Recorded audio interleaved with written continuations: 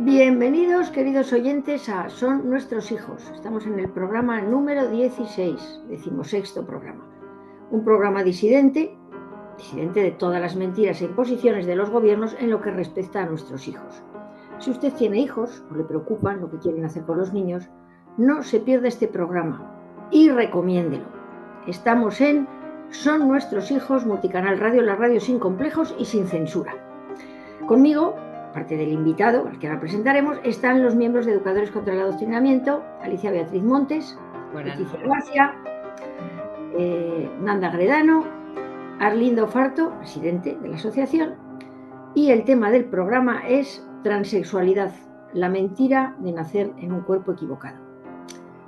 Se veía venir la normalización de algo que no lo es, sino que hasta el momento era excepcional, incidental y sobre todo inexistente en menores, ha derivado, gracias a la ayuda legislativa, en una epidemia de pésimas consecuencias. Nadie nace en un cuerpo equivocado.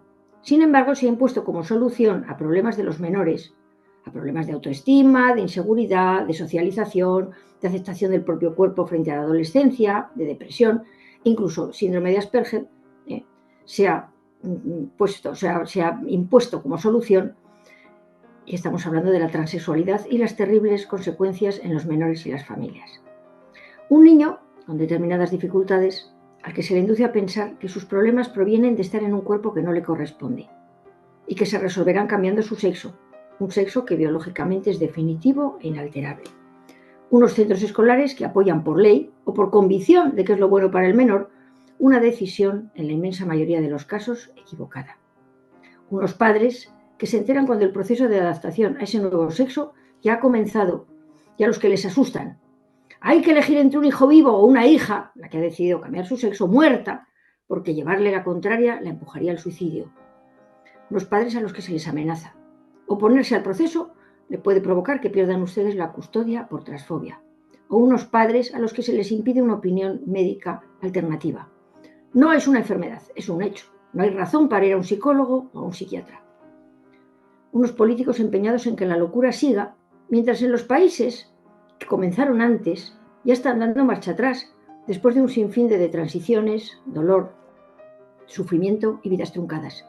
Y un negocio, un inmenso negocio de consumo de bloqueadores de la pubertad, de hormonas y de operaciones criminales y mutiladoras que enriquecen a auténticos carniceros. Y al final de este viaje, unos jóvenes, casi niños, a los que no se les han resuelto sus problemas, sino que se les han creado unos nuevos, con problemas de salud, mutilados en muchos casos, con secuelas irreversibles que tienen que afrontar las consecuencias terribles de una decisión tomada sin entender las consecuencias, cuando eran inmaduros, que nadie pudo ni quiso frenarles o ayudarles de verdad. Transexualidad, la gran estafa criminal del siglo XXI. Bueno, pues para comenzar esta hora de denuncia y libertad, tenemos con nosotros a un invitado de excepción, conocedor de este terrible tema. Tenemos al doctor don José López Guzmán, doctor en farmacia por la Universidad de Valencia, actualmente profesor titular del Departamento de Farmacología y Toxicología de la Facultad de Farmacia de la Universidad de Navarra, presidente de la Asociación Española de Farmacia Social, académico correspondiente a la Real Academia Nacional de Farmacia. Ha sido vicerrector de la Universidad de Navarra, director del Máster de Bioética de la Facultad de Medicina de la Universidad de Navarra, vicepresidente del Colegio Oficial de Farmacéuticos de Navarra, miembro fundador de la Asociación Española de Bioética, vicedecano de la Facultad de Farmacia de la Universidad de Navarra, vicedecano de la Facultad de Enfermería de la Universidad de Navarra. Su currículum es extensísimo. Cuenta con 8 premios por trabajos de investigación, entre los que destaca el Nacle Herrera de la Facultad de Farmacia de Granada, el Elvira Moragas de la Real Academia de Farmacia, el Derecho y Salud de la Asociación de Juristas de la Salud y el de Fundación San Nicolás de la Real Academia Nacional de Medicina. Y ha escrito 18 libros, casi nada. Bienvenido, doctor López Guzmán, muy bienvenido a este programa donde queremos dar una visión de este tema de la transexualidad a los padres conscientes y preocupados con razón. Bienvenido. Muchas gracias. Bueno, pues, doctor, se va a enfrentar usted a una serie de preguntas por parte de los miembros de ECA. Empiezo yo para abrir el melón y luego le paso el micro al resto de los contertulios. Bueno, cuéntenos sobre todo sobre cómo está la situación legislativa actualmente en España para el tema de la transexualidad en menores. ¿A qué nos enfrentamos legislativamente? Sí. Bueno, la situación es excesivamente, desde mi punto de vista, permisiva en el sentido de que quizá protege poco al menor, en el sentido de intervenir muy pronto en aquello que se demanda, que demandan ellos previsiblemente. Muchas veces son los padres los que lo están demandando. Y ya digo que en el momento que en España se ve o dice un niño o una niña que se siente de otro sexo, pues lo que se hace es enseguida, como se ha dicho antes, los bloqueadores de la pubertad, es decir, se hace una intervención. No se detienen mucho en muchos diagnósticos, no se intenta ver si hay alguna patología que puede estar influyendo allí o simplemente alguna cuestión conductual que esté actuando y que no sea. Y aquí es lo que hay, por ejemplo, a mí más me preocupa de todo, que por supuesto la transexualidad es un... Yo soy farmacéutico, eso tengo que decirlo también para todas las preguntas, esto que yo todo lo que he trabajado ha sido desde el ámbito más farmacéutico que sociológico, psicológico, etcétera. Pero claro, el problema que hay es que un niño pequeñito, pues la última consulta que he tenido de unos padres, de un caso de un niño de 4 años que se siente niña. Pues claro, a mí me cuesta, o sea, yo también soy padre, he sido pues, ahora son mayores, pero han sido pequeños, entonces a los 4 años me cuesta mucho pensar que ya a esas edades hay que empezar a intervenir cuando todavía falta un desarrollo hormonal, cerebral, etcétera, para saber de verdad lo que uno es, pero también para acabar entendiendo a esa edad qué es un niño, qué es una niña o qué quieren ser, ¿no? Entonces ahí es el peligro. Entonces nuestra legislación que está pues toda garante de el deseo de ese niño, porque es el deseo o la creencia de ese niño. Y eso es un riesgo, porque yo creo que el punto básico tiene que ser la prudencia. Si nosotros dijéramos que un niño se siente niña y se quiere vestir con falditas, que me da igual, son roles, o sea, de alguna manera, pero es que nosotros estamos abocando a alguien a hormonarse durante toda su vida, a sufrir, como usted ha dicho, unas operaciones que le van a mutilar partes de su cuerpo. Si nos hemos equivocado y esa persona pues tenía una patología, como usted ha dicho, de otro tipo, nos hemos equivocado, yo creo que eso es muy dramático, ¿no? Y de todas maneras estamos interfiriendo en el desarrollo normal de ese menor. Bueno, pues esas son las cuestiones que desde luego nuestra legislación no está protegiendo. Yo creo que ahí habría que estar por el bien del menor, siendo muy prudentes y protegiendo y siempre yendo a lo más seguro, no a inventos de ese tipo que pueden ser desastrosos después. Buenas tardes. Hola, buenas tardes. Yo quería preguntar acerca del protocolo, ¿no? Cuando llega un menor, ¿cuál sería el protocolo a aplicar actual cuando se da el caso de que un menor dice o se autopercibe, por así decirlo, transexual? ¿Y cuál cree usted que debería ser en función de su experiencia, por los casos que ha llevado y por la formación que usted tiene, claro? En este momento el protocolo es, como ya les digo, de intervención, es decir, el niño o la niña dice que es de otro sexo y lo que se va a hacer enseguida es llamarle con el otro nombre que se busca en ese momento, empezar a darle un poco la apariencia o la vestimenta que se quiera y de alguna manera empezar lo más pronto posible con los bloqueadores de la pubertad para que no tenga en ese momento producción hormonal. Es como dejarlos a los niños durante 3 o 4 años como en alcanfor para que aquello no progrese de alguna manera. Esto tiene muchos riesgos, después podemos hablar de ello, ¿no? Que sería, y a partir de ahí los preparamos ya para las hormonas cruzadas. Si son niños, hormonas de mujeres, si son niñas, masculinas.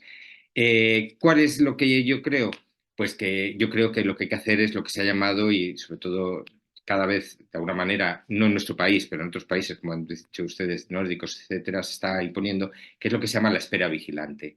Es decir, un menor que está diciendo en un momento determinado que se siente de otro género, pues lo que hay que hacer es esperar, por supuesto, no como en otras épocas, a lo mejor pues violentar o etcétera. No, es simplemente pues esperar a que ese desarrollo del niño normal, hormonal, cerebral, etcétera, llegue a la adolescencia y por lo menos allí pensemos y esa persona sepa los riesgos que tiene, lo que es, sabrá lo que es ser hombre, ser mujer y a lo que se va a exponer, ¿no?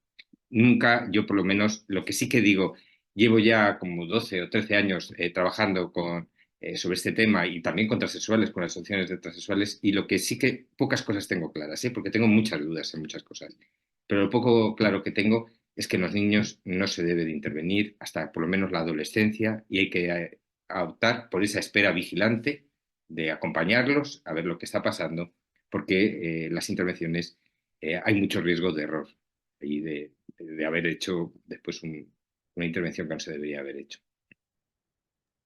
Creo que más de un oyente se sentirá identificado si digo que cada vez son más los niños y adolescentes que llegan a sus casas diciendo, comentando que compañeros de su clase dicen que son bisexuales, homosexuales, etcétera, ¿no? O incluso ellos mismos por las confusiones que les crean. En el caso de la transexualidad, ¿cree que haya aumentado el número de niños y adolescentes que se declaran transexuales? Y en caso afirmativo, ¿a qué cree que se debe? Sí, bueno, que han aumentado no hay ninguna duda. Hay datos y hay datos, por ejemplo, en el Reino Unido hay datos ya de muchos años que llevan trabajando, se ha visto cómo ha ido un incremento y sobre todo en menores, en pequeños, en prepúberes, hasta incluso cómo ha ido oscilando. Una de las cosas que, como yo les decía, que tengo muchas dudas es porque ni en la bibliografía ni en los artículos se ven datos que sean verificables. Es decir, yo puedo hablar con 3 personas y decir, pues los 3 que he hablado son de esto, pero eso no es algo que científicamente sea constatable ni nada. Entonces, allí, pues eso, que no hay trabajos en los que se vea de verdad por qué ha habido ese aumento, ¿no? Se piensa que ese aumento puede ser porque es verdad que a lo mejor antes se sojuzgaba más a las personas y no decían lo que, no sé, tampoco. Eh, yo, yo personalmente creo que en este momento viene mucho condicionado por el entorno educativo que hay, que es bastante relativista, que en un momento que el niño no está desarrollado, que no tiene, ni tan siquiera sabe los roles, ni confunde roles con sexo, etcétera, pues se le está dando una información que le está generando pues una cierta confusión, que esa confusión de alguna manera puede estar incentivando ese aumento de personas transexuales. De hecho, se sabe tan poquito de estas cosas que se ven por países y por épocas oscilaciones en el número de chicas que dicen que, que se sienten chicos, chicos que se sienten chicas. Es decir, si fuera algo que no tuviera una relación con el exterior, de algo educativo, pues probablemente eso sería más estable. Algo que nos puede decir que pueden haber unas influencias externas, puede ser todo ese tipo de oscilaciones en el tipo de persona, en el grupo. En España, una de los movimientos, yo no sé si ustedes conocen, a mí me ha llamado mucha atención, las conozco personalmente, que es la Asociación Amanda, que es de madres de niñas que se sienten chicos y en edad de 15 años, sí, adolescentes, ¿no? Se llama. eh, y entonces ellas se han observado, son más de 200 ya madres, o sea, muchísimos casos, y han observado que, por ejemplo, pues en un colegio, en una aula, pues pueden haber 5, en otra ninguno. Es decir, que hay como un efecto llamada de alguna manera de este tipo de cuestiones. Bueno, hay mucho que estudiar ahí, porque algo que en la presentadora quizá ha dejado un poco ahí detrás o me ha parecido, pues que en esto, mucho más que evidencias científicas, hay ideología.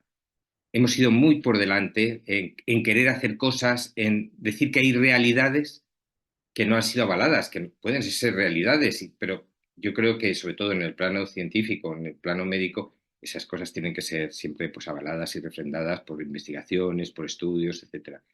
Llama mucho la atención que nosotros estemos interviniendo en pequeños, estemos haciendo todas las operaciones que estamos haciendo, cuando tenemos tantas dudas en cuanto a por qué hay transexuales, por qué hay más en un sitio de varones, en otro de mujeres, con tantas dudas, pues parece mentira que antes de resolverlas hayamos entrado a decir, no, vamos a atender a sus necesidades o lo que ellos sienten como sus necesidades, ¿no?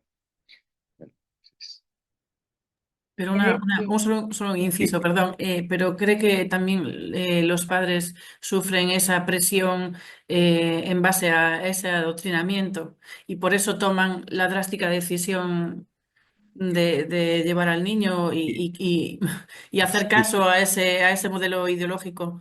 Mire, yo ya le digo que soy farmacéutico y igual que le digo que cuando digo una cosa, pues me gusta basarla en datos, etcétera, y cosas, en esto no tengo ese conocimiento. lo que sí que puedo decir es mi percepción de las personas que he tratado. Yo me he encontrado con padres que se sienten acobardados por el entorno. Es verdad, simplemente acobardados y le están diciendo y se acaban defendiendo. Otros que hay mucha ignorancia sobre el asunto y como usted ha dicho y le ha dicho la presentadora, me da miedo que mi hijo se vaya a suicidar, bueno, pues ese tipo de cosas entran ahí.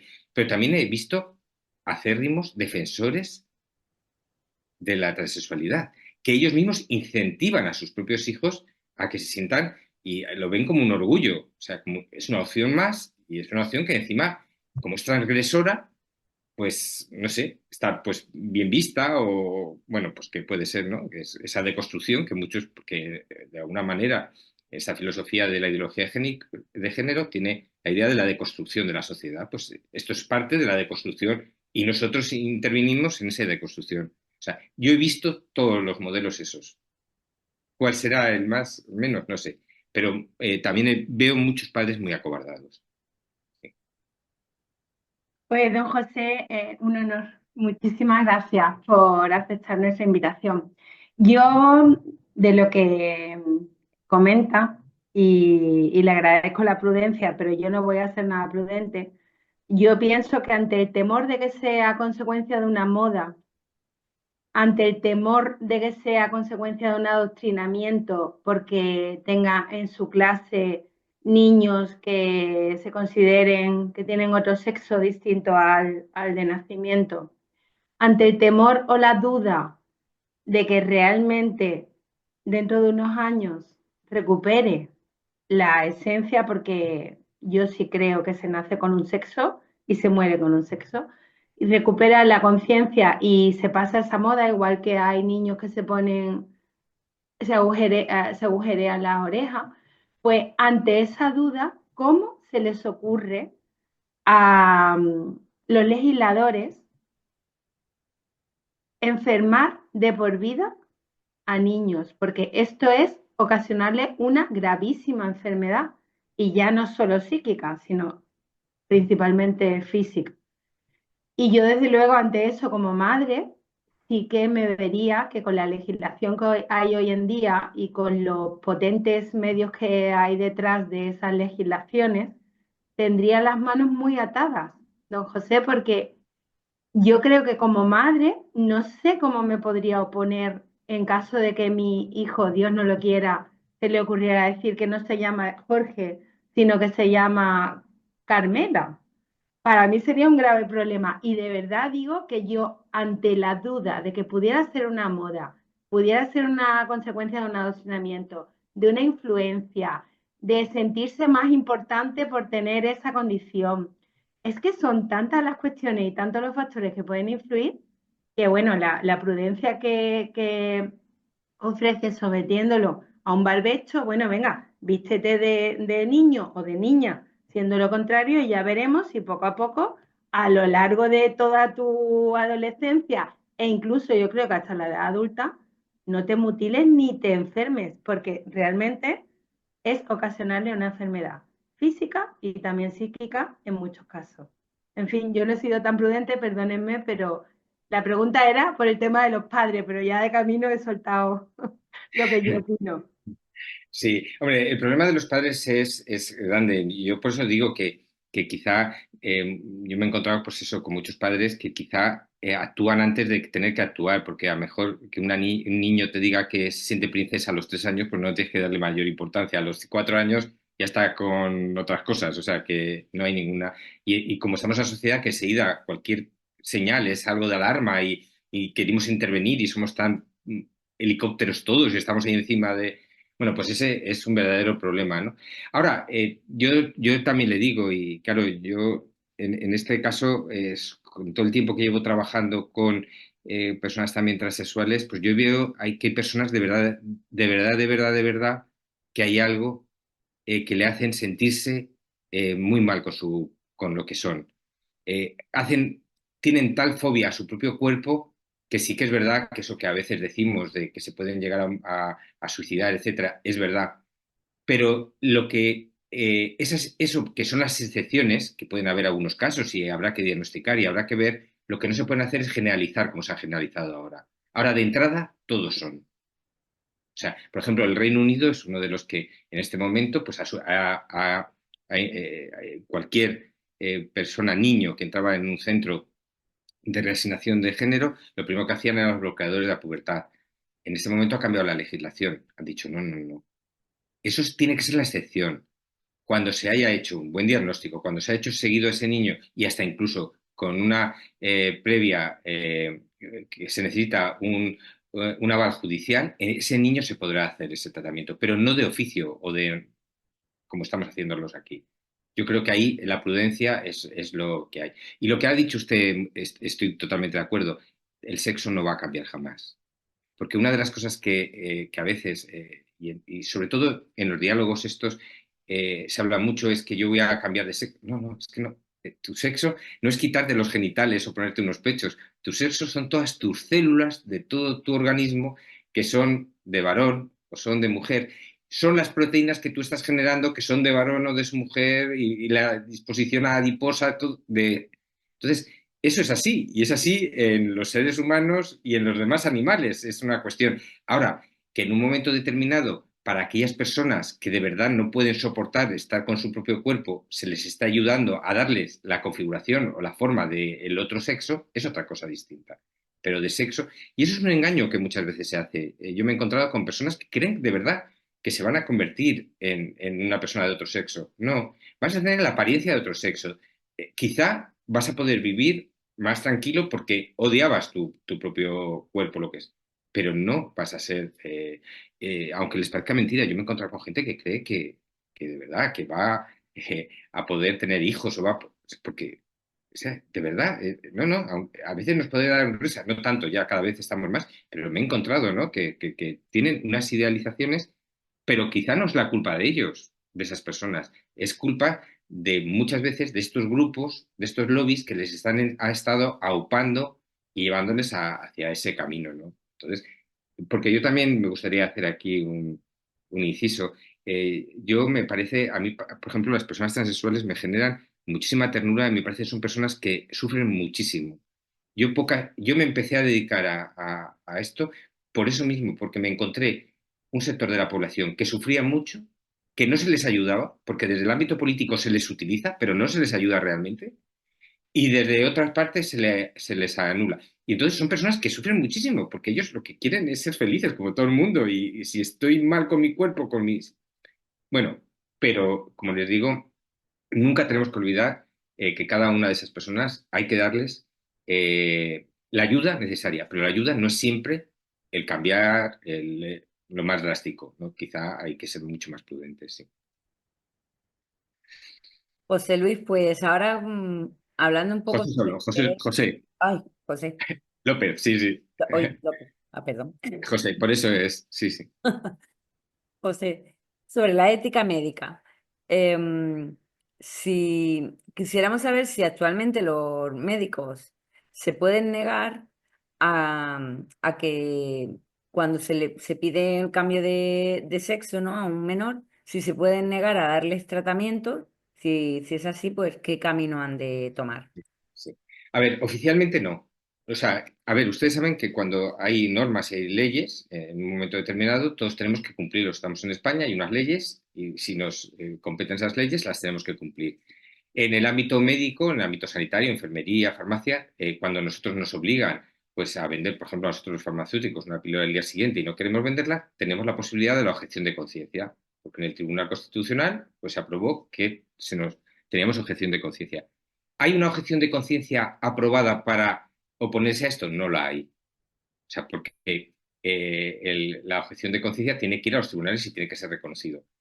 El que no la haya no quiere decir que no pueda existir, sino que no ha llegado nadie a los tribunales. ¿Por qué no ha llegado nadie a los tribunales? Porque normalmente hoy los médicos, aunque se nos quieren presentar como que la transexualidad es una cosa que casi todo el mundo es transexual o si no, pues estás casi rodeado, no es tanto. Entonces, les afecta a muy poquitas personas, médicos, esta situación y de hecho en las unidades de cambio de género, pues ya hay personas que voluntariamente quieren estar allí. Por lo tanto, no se suscita esta presión. Aquellos que no están interviniendo en algún momento, no se les está abriendo ningún expediente ni nada y por lo tanto no ha llegado a los tribunales. ¿Qué pasará? Pues cuando lleguemos a los tribunales lo veremos. Pero oficialmente, si usted me está diciendo, ¿un médico puede objetar como al aborto o un farmacéutico a la píldora? No, no hay nada reconocido en este momento para poder objetar a hacer esas intervenciones. Y vuelve la burra al trigo, la burra soy yo. Las consecuencias de los tratamientos hormonales, es usted farmacéutico, nosotros somos legos en la materia, pero sí le pediría qué ocurre cuando a un niño se le ponen hormonas femeninas y viceversa, y también en la mutilación, si nos lo puede contar un poco. Me Sí, imagino bueno, que será como mínimo muy doloroso, ¿no? sí, bueno, claro, el proceso, como les decía, comienza primero con los bloqueadores de la pubertad, que es cortarle las hormonas, y de esto empezamos a tener datos ahora, porque esto es bastante reciente. Y ya les digo, mire, quizá le voy a decir una cosa, después sí, igual podemos hablar más de ello, pero todos los tratamientos que se están dando a personas transexuales en este momento son experimentales. No se ha investigado con ningún niño, ni con ningún adulto tampoco. Todos los medicamentos es bajo una figura, una argucia legal que se llama medicamentos off-label, pero está siendo... Entonces, ¿qué ocurre?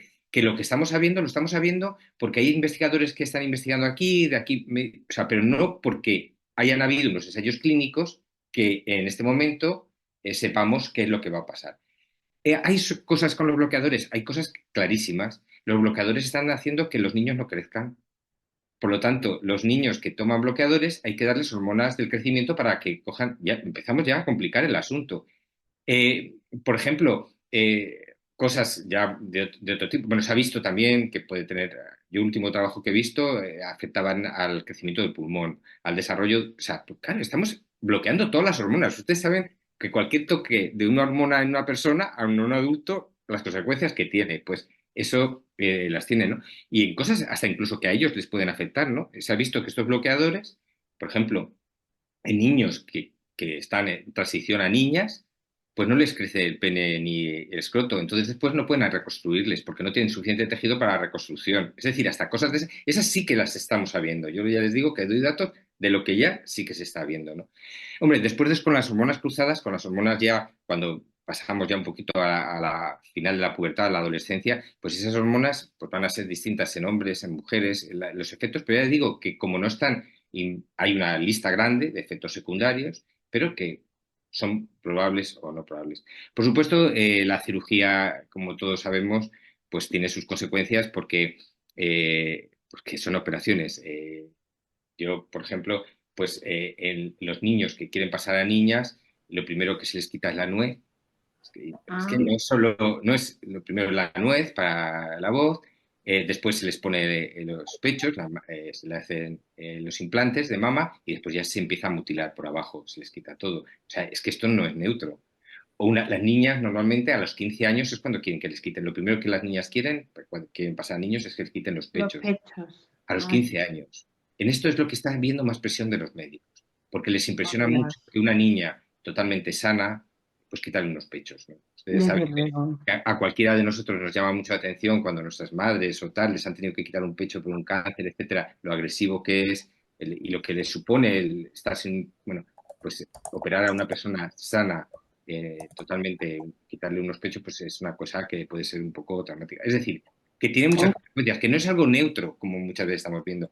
Y pensemos otra cosa, y esto lo ha dicho usted antes, que como no podemos cambiar de sexo, nosotros le vamos a tener que dar hormonas toda la vida. Toda la vida. Que no Ya es es que una eso que decir enfermedad. que se va a tomar 2 años unas pastillas y ya está. No, no, toda la vida se va a tener que tomar. Esto, yo les digo que no estoy aquí para decir no, ni sí, ni no, sino para decir, mire, estos son los datos y que por lo menos esos datos los tienen que conocer y ser muy prudentes a la hora de intervenir. Porque lo que sí que me encuentro y me da mucha pena es que estén tomando unos tratamientos que no se saben las consecuencias, que la industria farmacéutica está ganando un montón de dinero sin arriesgar ni un duro, que Eso bueno, es. hay un montón de cuestiones ahí que yo creo que hay que abordar y que no ir con esa frivolidad que estamos legislando. Yo creo que la legislación española realmente no es protectora de la persona, no les Kamikaze. importa la persona transexual. No sé, yo además le escribí en un momento a la ministra, porque claro, eso lo tiraría del cubo, no lo abriría, pero diciendo que lo primero, que si le importan de verdad a las personas transexuales, lo primero que tiene que gastar el ministerio es dinero o exigir a las industrias que gasten en ensayos clínicos para saber de verdad esos tratamientos, los efectos que quieran y poder hacer un consentimiento informado de verdad. Cuando yo voy a aquello, saber a lo que voy, ¿no? Bueno, esos son un poco los problemas ahí Que no son pocos, claro. que no son pocos, sí. A ver, una pregunta sobre la información de los padres. ¿Ha dado usted alguna charla a padres en colegios, en institutos o directamente, es decir, no a través de colegio o instituto? ¿O hay miedo a llamarlo a dar charlas porque contradice la ideología, digamos, oficial, la ley, el enfoque legislativo, la inercia social? Es decir, ¿se puede llegar a los padres a Yo informarles? le puedo decir que en todos estos años que llevo, ahora que me lo ha dicho usted, no me han invitado jamás unos padres a dar una charla.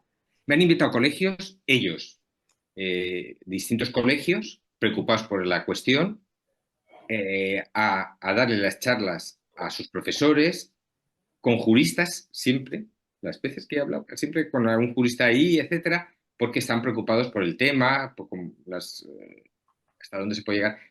Pero padres, asociaciones de padres no me han llamado nunca, nunca. No. Igual tampoco hay mucha gente que trabaja en estas cosas y más importantes y no. Sí. Nos ha comentado el caso del niño de 4 años, pero si nos pudiera comentar algún caso más que ha llevado para poder alertar a los educadores que nos están escuchando en estos momentos.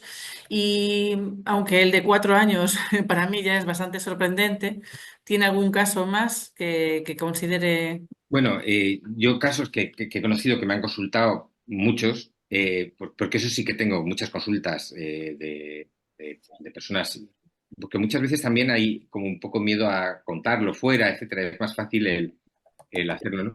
Pero sí que muchos padres con esa situación de encontrarse de pronto con un niño o una niña que dice que es de otro sexo y no saber cómo. Eso es lo que más les produce, o sea, les produce la sensación, sí, de falta de ayuda, de falta de desorientación, es un poquito lo que se encuentra, ¿no? De lo que hay. Yo también, datos que sí que hay, por ejemplo, en el Reino Unido, cuando les he dicho yo que han suprimido el tratamiento, es todo a partir de una denuncia de una persona transexual que se sintió que empezó la transición de género y después se dio cuenta bueno, ella consideraba que le habían engañado. Entonces quiso volver atrás y al final llevó a la clínica a juicio porque no le habían dado el consentimiento informado, por muchas cosas, ¿no? De todas estas razones de lo que. Ay, y ahí me he perdido con lo de los videos. ¿De qué me estamos diciendo? Perdón. No, le comentaba si nos Vale, podía hablar de algún caso que llevara o que está llevando y algún caso más llamativo que el de 4 años que ya tiene tela. ya tiene tela. No, eso es. El caso eso que estaba diciendo de ese de Inglaterra, en el sentido de que se ha visto que mucha gente llega a las clínicas y después, realmente, cuando han habido problemas de acceso por listas de espera, el 90% de esos niños no siguen con el proceso. Que ese sí que es un dato de la clínica y eso tuvo mucho que ver en ese juicio para que cambiara la legislación en el Reino Unido. ¿Por qué? Porque, claro, pero imaginen ustedes que si no hubiese listas de espera, esos niños llegan directamente y empiezan con las transiciones cuando tenemos datos de hasta un 90% de niños de esos que después se dan cuenta pues que han sido cosas, como nos comentaban antes, pues de momento o por lo que sea. Claro, esa espera necesaria que nos comentaba hace un rato, ¿no? Que debería ser el protocolo a seguir realmente. Claro, que es un poquito lo que hay ahí y de espera. Bueno, y después yo he encontrado casos de todo tipo, ¿no? Imagínense, a mí cosas que me han llamado mucho la atención, pues el típico chico homosexual que está enamorado de su compañero de escuela y el compañero no le hace caso y al final cree que siendo una chica le haría caso. Pues es que hay cosas de ese estilo. Están llevando a decir, pues bueno, como. Bueno, también después, por otro caso, hay una persona que ha hecho la transición y ahora está transicionando, pues que quizá mucho que tuvo que ver, que era homosexual y su padre le pegaba, etcétera, de pequeño, etcétera. bueno, pues ese tipo de cosas pues le hizo irse a unos terrenos que quizá no son. O sea, hay casos de todo, ¿no? Pero en este momento yo creo que hay muchos niños que se sienten transexuales, ya digo, por ese entorno, por ese... en una escuela, en este momento, cuando a los 3, a los 4 años están diciendo que hay niñas con pene y niñas con vagina, niños con pene y niños con vagina, no sé qué, pues en un momento de tu desarrollo, en ese momento, pues es bastante fácil que haya mayor cantidad de personas que no sean realmente transexuales, sino simplemente con una confusión ahí. Bueno, buenas tardes, José López. Creo que no habíamos hablado aún. Pegando en el caso aquí de que comentaba Leticia, o sea, que a mí en realidad no me entra en la cabeza porque ya hablamos del desarrollo físico, del desarrollo hormonal, pero el desarrollo psicológico, o sea, mi hijo, yo, claro, oigo hablar de estas cosas, vuelvo al caso de mi hijo. Mi hijo con 4 años, yo le escondía la lejía, yo le escondía las medicinas, o sea, porque eran cosas potencialmente peligrosas y considero, y creo que es así, que psicológicamente no está preparado para distinguir la realidad de la irrealidad, o sea, la confusión. Una botella de lejía amarilla puede llevar a pensar que es un zumo de algo, y que con 4 años ya pueda tener esa idea, para mí es algo que en realidad lo veo como que no lo entiendo, que un niño vale que pueda tener ya de alguna forma pensarlo, pero que no está preparado para empezar ese proceso, digo yo, psicológicamente. Bueno, y si le preguntamos a ese niño qué es un niño o una niña, probablemente nos va a hablar de roles, no nos va a hablar de cosas de esencias, va a hablar de roles, porque a lo mejor tiene la hermana que se viste de princesa o viste el... O sea, es decir, Ya.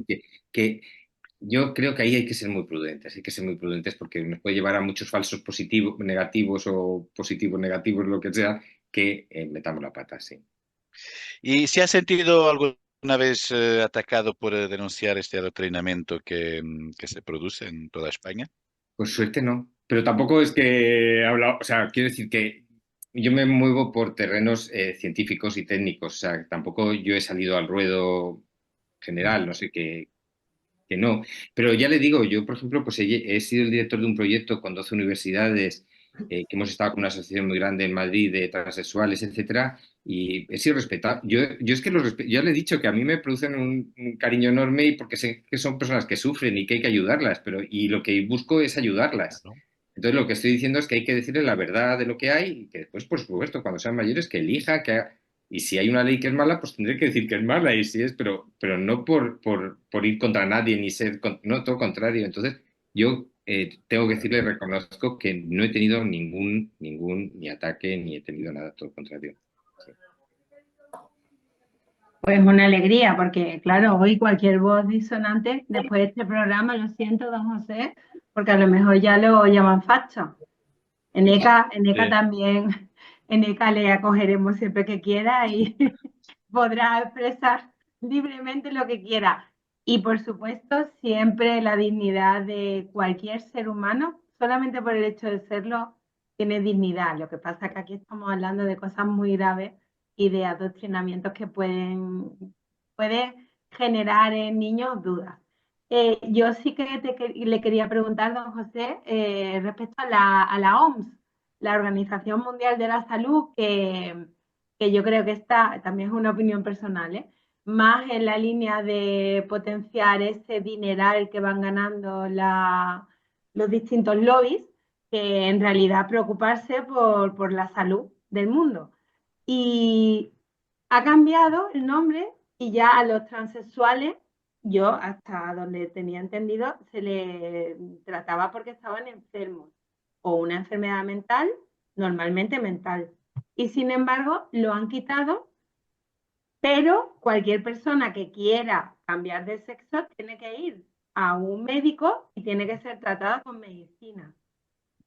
Es en qué le podemos poner, cómo le ponemos de nombre al niño. ¿Es una enfermedad, una alteración? Bueno, pues lo último, la última. Ustedes saben que hay dos clasificaciones internacionales que son como de referencia. y una de ellas es el CIE, que es de la OMS, la otra es de la Asociación de Psiquiatría Americana, y los dos han ido cambiando la clasificación. De hecho, en los años 60 se consideraba que era travestismo, era tal, y siempre ha sido un trastorno, etcétera, y últimamente la última clasificación ya era una disforia de género.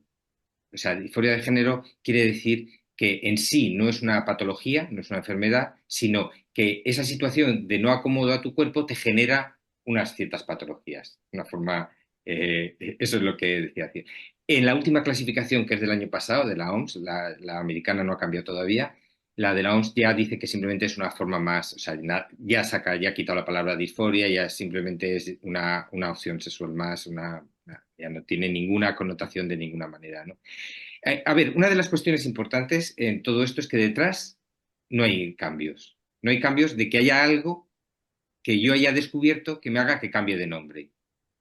¿Que puede ser que yo entonces le llamara trastorno y no sea un trastorno? Pues puede ser. Puede ser que ahora le llame el otro, pero no han habido cambios. Ha sido más realmente una cuestión de presión ideológica lo que ha hecho que vaya cambiando el nombre, porque no hay, lo que hay detrás es lo mismo, más que hechos médicos. La OMS ya sabemos lo que es y ya está. No tenemos que decir mucho más que Está todo dicho, ¿no? lo dicho. Una última pregunta para cerrar esta sección de preguntas. ¿Se conoce el número de suicidios por este tema Sí. entre los menores o un número aproximado? Sí, en general está en torno a un 40% de intentos de suicidios. 40% es una barbaridad.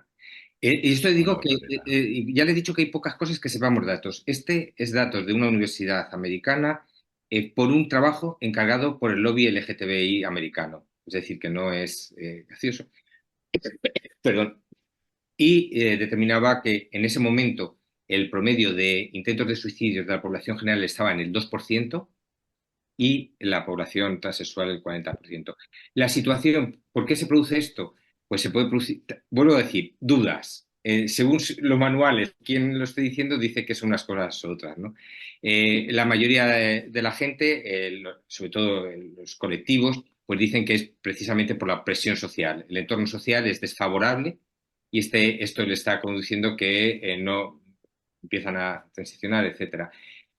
Bueno, otras personas pues están, yo por ejemplo creo que tiene mucho que ver los tratamientos hormonales. Ustedes saben que con cualquier cambio hormonal tiene una influencia. Ustedes han sido madres, saben después de dar a luz hasta incluso algo tan bonito como eso, cómo produce unos cambios, esos cambios hormonales en la propia mujer. Pues imagínense estar dándole a un hombre, a una mujer hormonas cruzadas toda su vida.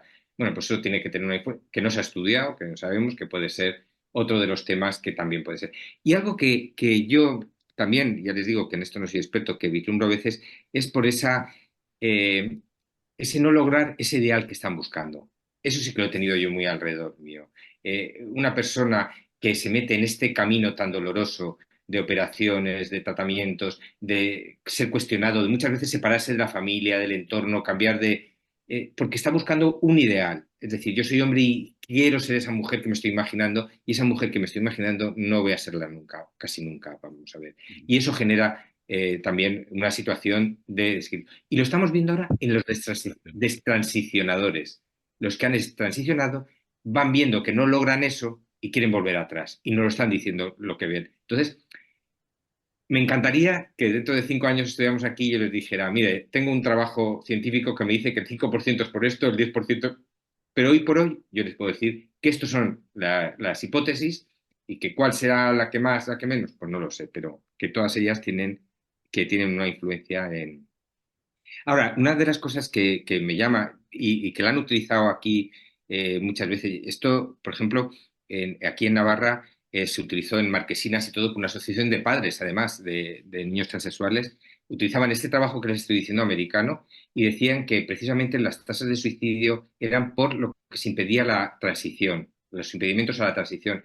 Pero cuando uno lee el trabajo ese, el artículo de fondo, se ve que los picos están después de la transición, no antes de la Y transición. está O sea, claro, no está es porque... manipulado. ¿Eh? Y está claro que está manipulado. Si lo han hecho ellos, los colectivos LGTBI que van a... No, no, no, pero no, el trabajo está bien, ¿eh? Porque tú lo lees el trabajo y está en la red, y les puedo dar después el por si alguien quiere consultar, y está muy bien, está muy claro cuándo son los picos y todo. Sino las propias, eso es lo que me extrañó, que la propia asociación de padres ponía en las marquesinas el dato del 40% y después ellos hacían la interpretación que era porque no se permitía, no se favorecía la transición, cuando es todo lo contrario, el pico está después de la transición. Claro. Que por lo tanto, lo que yo les digo, que las cosas hormonales, las no sé cuál, pues tienen sus consecuencias, eso es seguro. Sí. Hombre, yo ahí también creo que realmente hay mucha manipulación porque, por lo que está comentando, todos los que están arrepintiéndose, pues prácticamente todos dicen que no sentían esa felicidad a la que aspiraban a alcanzar. Claro. Y de hecho, yo creo que uno de los argumentos que utilizan los defensores de la transexualidad de los menores es porque el niño pues tiene que ser feliz. Y como estamos en una sociedad en la que es tan permisiva y que el niño, pues lo que comentaba, los padres helicópteros, ¿no? Que estamos muy encima de los hijos, que el niño no le falte de nada, pues si el niño desea un cumpleaños como si fuese una comunión, pues así tienen cumpleaños, y si el niño desea cambiarse de sexo, pues también. Entonces, es buscar la felicidad, y el niño lo que pasa es que luego crece y se da cuenta de que no, al contrario, lo que es que está con un sufrimiento terrible. Claro, y yo no me puedo ni imaginar cómo tiene que ser eso de hormonarse, que se tiene que ser terrible los cambios físicos, y también mentales, ¿no? Que sufrirán esos pequeños, ¿no? Esos Tú niños. cuando los sigues a ellos hay un periodo que es como de euforia. O sea, los primeros cambios son, o sea, porque tú lo estás buscando y es un momento de euforia que estás viendo.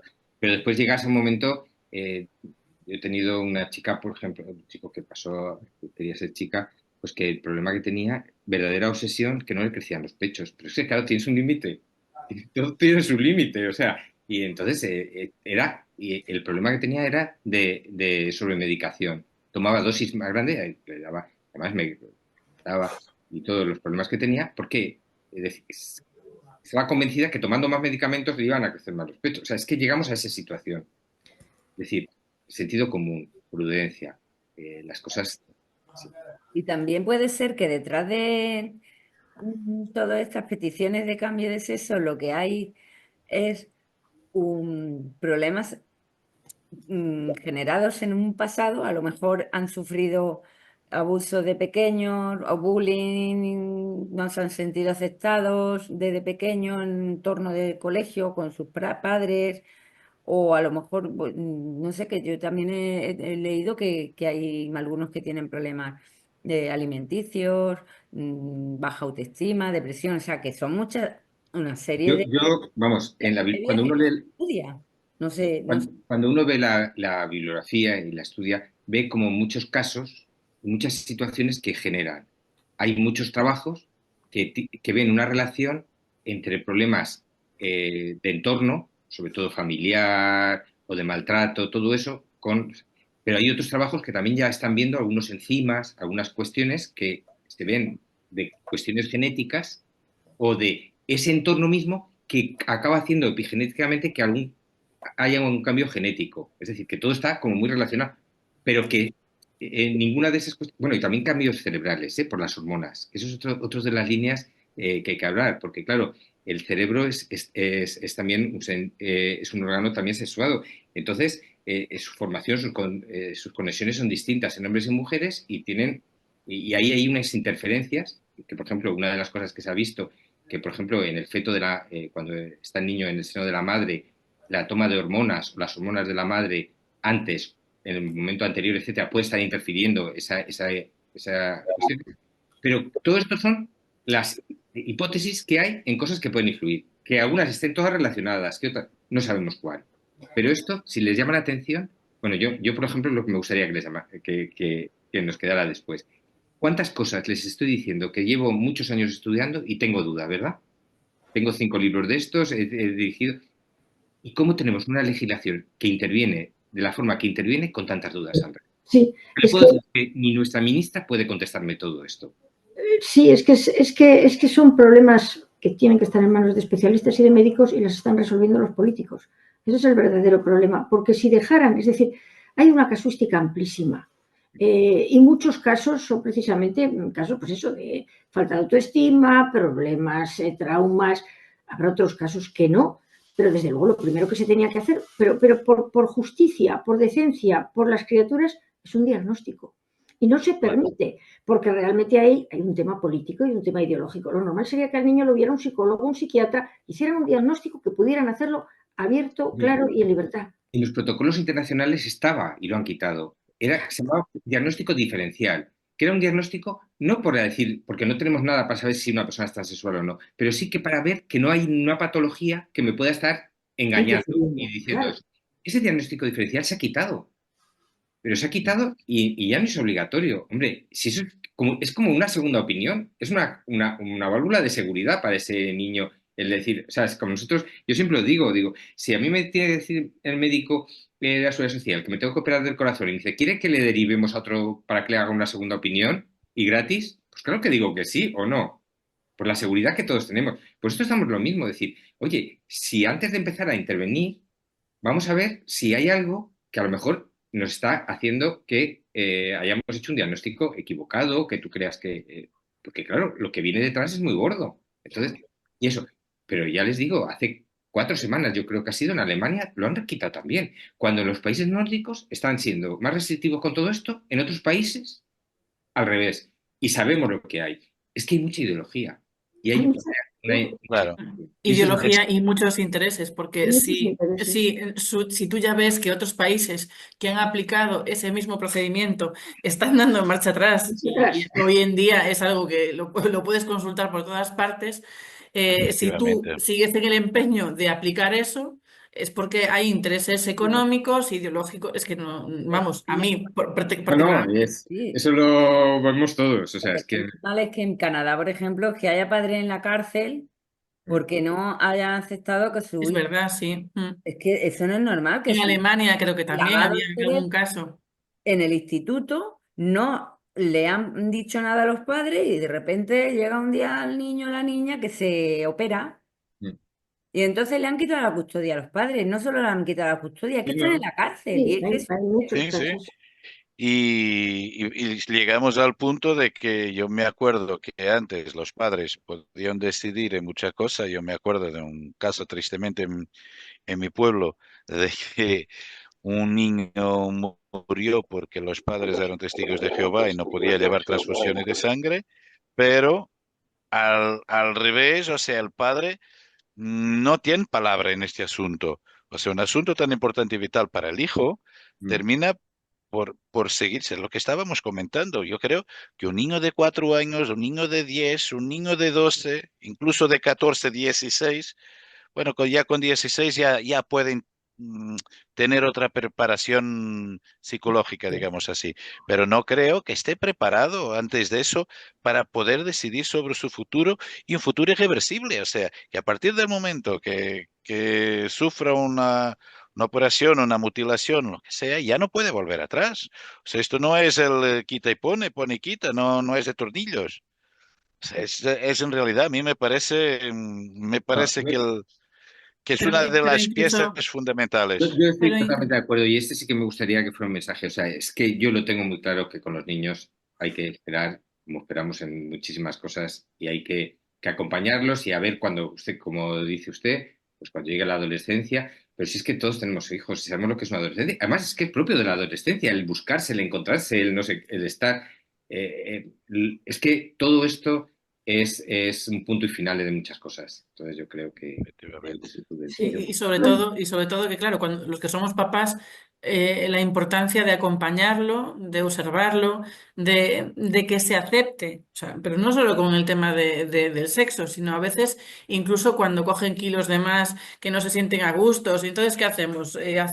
¿Los operamos y le reducimos el estómago? O sea, los acompañas, los asesoras, lo llevas a un nutricionista, lo llevas a un psicólogo, o sea, si es necesario. Entonces, me pasma el tema porque algo tan grave y que es irreversible, cuando, ¿no? Porque aunque tomen hormonas, lo que usted dice que le puede causar problemas, a corto y a largo plazo. No, y hormonas todo depende también de los años que estén tomando, pero llega un momento que en sí, pues tomar unas hormonas un año así, pues no va a tener más consecuencias, pero cuando estudia muchos años es que va a tener eso tiene una repercusión, o sea, es una cuestión que está clara, ¿no? Sí, bueno, pues con estas últimas palabras, que ya se nos echa el tiempo encima, en este programa siempre terminamos con una reflexión que hace Alicia Beatriz Montes, nuestra compañera, así que le paso el micro a Alicia Beatriz y luego ya nos despedimos todos.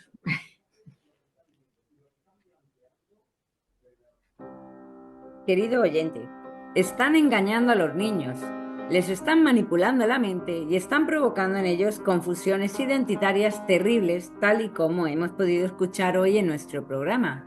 Es un auténtico abuso de menores que muchas personas abrazan y aplauden por sus egoístas intereses.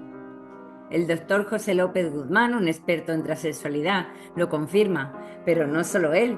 Son muchos los especialistas que están advirtiendo del grave problema que se está causando con el adoctrinamiento a los menores, haciéndoles creer que pueden elegir su sexo.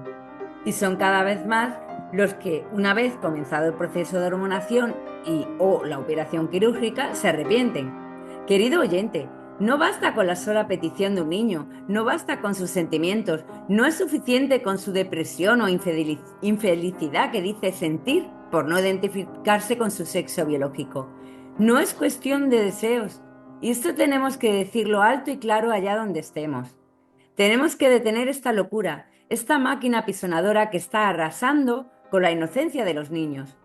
¿Qué necesidad hay de que estén preocupados de su sexo cuando tienen edad de estar jugando? Estamos siendo cómplices de un verdadero abuso hacia los menores si nos quedamos callados. Es ahora o nunca cuando tenemos que detener este maltrato a los niños, porque después, cuando pasen los años, ya no habrá vuelta atrás. Las consecuencias serán para siempre y serán ellos, tus hijos o nietos, los que te pregunten por qué no hiciste nada por frenar ese deseo de extirparse partes sanas que le ha llevado a una terrible pesadilla de la que no podrá despertar. Ellos están solos ante las fuerzas demoníacas que quieren destruirles. Están solos y por esto desde ECA decimos alto y claro, dejad en paz a los niños. Lo hacemos por ellos y seguiremos defendiendo su derecho a crecer felices y libres de manipulaciones, porque son nuestros hijos. Un saludo y hasta la próxima cita. Pues muchísimas gracias, Beatriz, y ya damos fin a este nuevo programa de Multicanal Radio Son nuestros hijos, un programa disidente para padres concienciados que quieren saber más. Nos encuentran en la web www.eca-e.es, teléfono solo para WhatsApp, el 611 09 8836. Eso para cualquier duda. Pero si quieren aportar económicamente, tenemos un Bizum 676-855027. O PayPal está puesto en la web. Y pueden seguirnos en redes sociales como WhatsApp, Telegram, Instagram y Facebook. Así que damos muchísimas gracias a todos, a nuestro invitado, el doctor López Guzmán, y a los miembros de ECA, Beatriz, Arlindo, Leticia y Nanda. Muchas gracias también a nuestros oyentes. Decirles adiós a nuestros oyentes. Y, bueno, dejen en paz a nuestros hijos.